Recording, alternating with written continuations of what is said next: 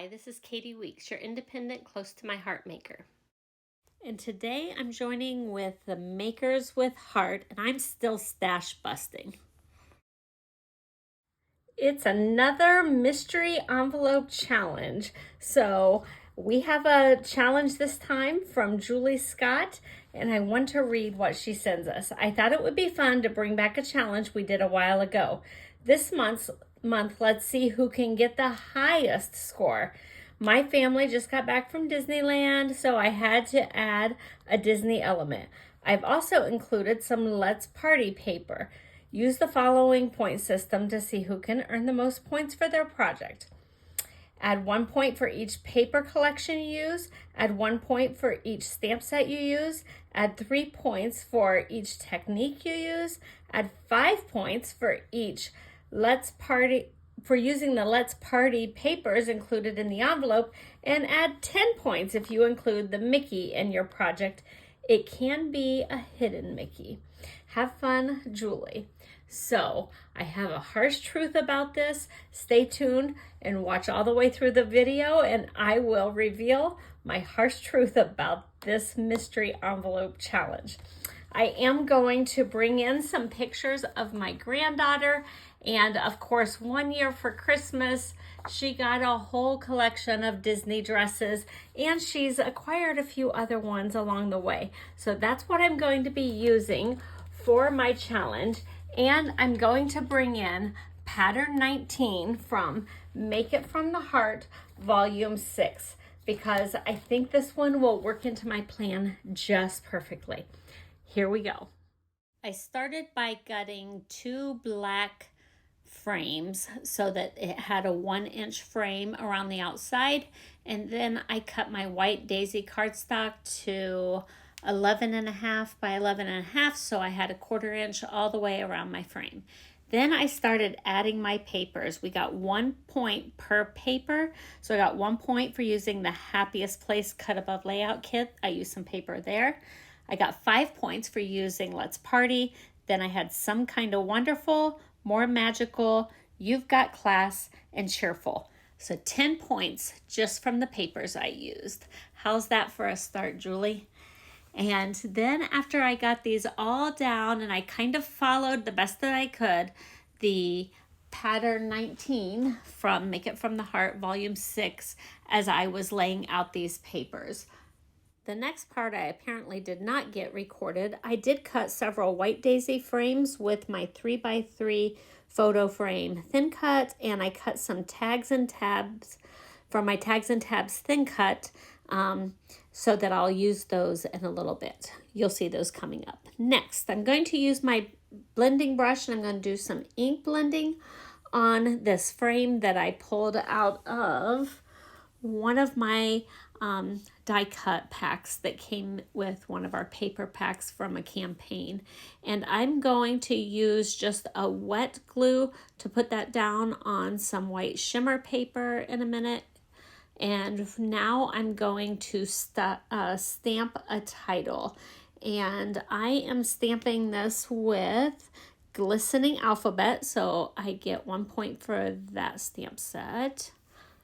And the best way to stamp this one, and I'm using Candy Apple for my ink, the best way to stamp this one is 1 letter at a time so that you can really see and make sure they connect. If you put them all on the block at the same time, you can't make it look like a script, and you can't make them connect as easily.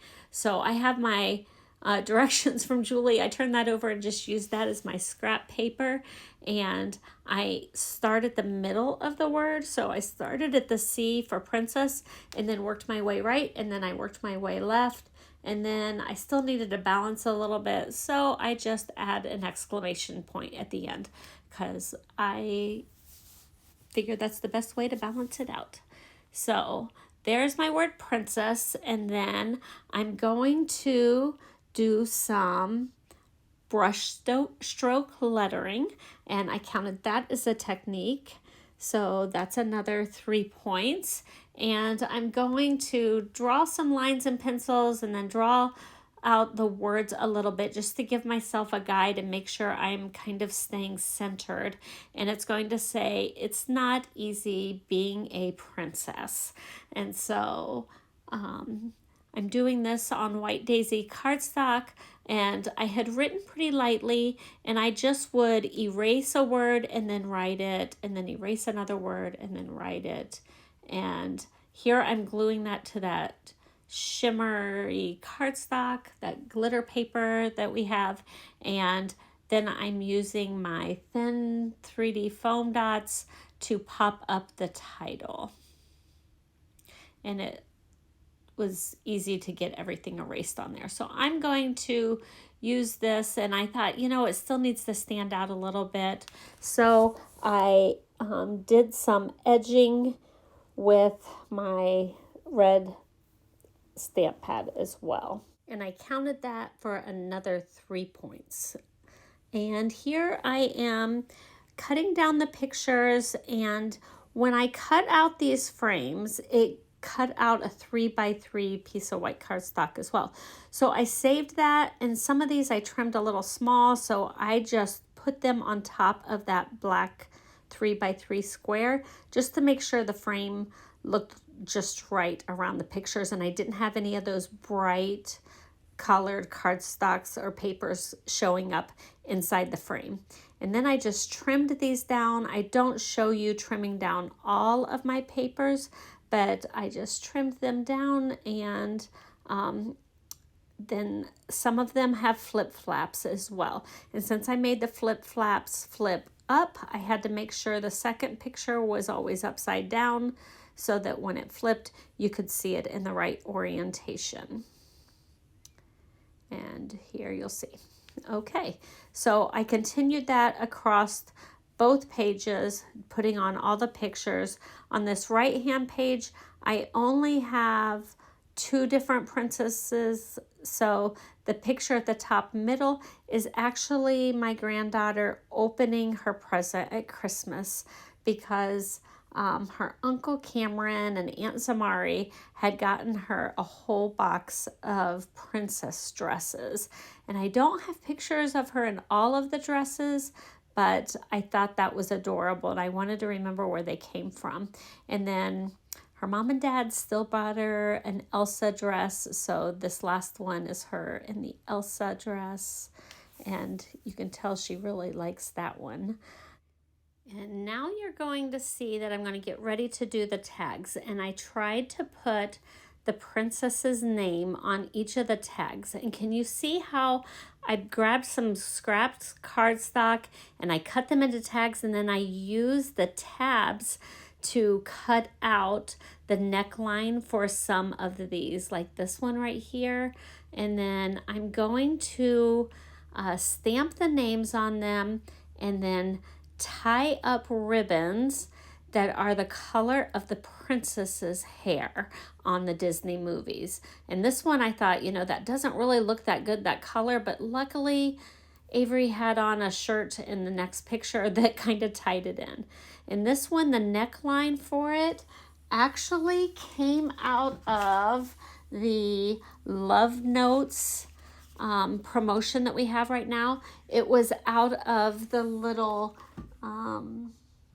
envelope that was scalloped, and that's how I cut the neckline for Snow White. And I cut a ribbon that was black because Snow White's hair is black, and then I cut a little red bow to tie it up because Snow White has a little red ribbon in her hair when you see her. I also wet embossed Snow White, so that counted as a technique. And I used different alphabets on these. I used Morgan's hand for Belle. I used Jennifer's hand for Snow White. And here I think I'm working on Cinderella and lacing up her little dress front. And these are very old ribbon rounds from close to my heart. I'm telling you, I am still stash busting. And I had like a goldish ribbon because of the blonde hair for Cinderella, and I tied it up with a little bit of blue since she has a blue band in her hair, and I thought that looked adorable. And I have this little tab that I cut out of vellum. I did it for Snow White too, and that just looks like another layer on her dress. And I kind of tried to conceal my adhesive with some more of that blue ribbon, string ribbon. It was off the ribbon rounds that we used to have. So I tried to make the tags emulate what the princesses were dressed as and their hair for the ribbons on top. Okay, so here I'm attempting to just do some watercoloring with my water brush, and then I just kind of went direct to paper and put down a whole bunch more ink, and I got this tag pretty wet making Elsa's dress, and then I dry embossed a layer of vellum to go over top of that. That's another technique. And then I braided her hair. Sorry, I had to put my hot chocolate down to hold that. Since Elsa's blonde hair is braided, I braided the ribbons that I tied up on the top of her tag. And I had stamped hers in Hokey Pokey alphabet. I don't know if I got that part recorded, but that's how I did her tag. Now I'm bringing in some, I think, storybook compliments maybe. I wanted to find a princess crown to put on my little cluster up here in the corner, and I just brought out a whole bunch of different embellishments to throw in and make decorations around my page. And I think I even found a flower in there that looked like a rose, and so I put it behind the little bell tag for my left hand page. You'll see that in a minute. Now I didn't remember to put it on this video, but I did get it in the final shot. This top right cluster is where I added my Mickey ears for 10 points. And I kept track of all of my points down in the description below. So I think I have a running total of all of my points down there. So I'm using some 3D foam dots to put on this title, and I only peeled off the ones on the corners because there's no sense peeling off the backing on the others. And then I used foam dots to pop up all these tags, and I did later add a rose to the bell tag. And here I'm just adding some bitty sparkles to the word princess because that glistening alphabet has these darling little dots, and it's the perfect place to add bitty pearls. So I had to add those. And then I added some more bitty pearls on the top of my princess crown, because if you're a Disney princess, you have to have a crown. And so there you go. And you can see in that top right cluster, I did get my Mickey ears in. Make sure you check with all the other makers with heart, see what they did with their mystery envelope challenge and how many total points they racked up. One last thing, my harsh truth, I don't really like Disney.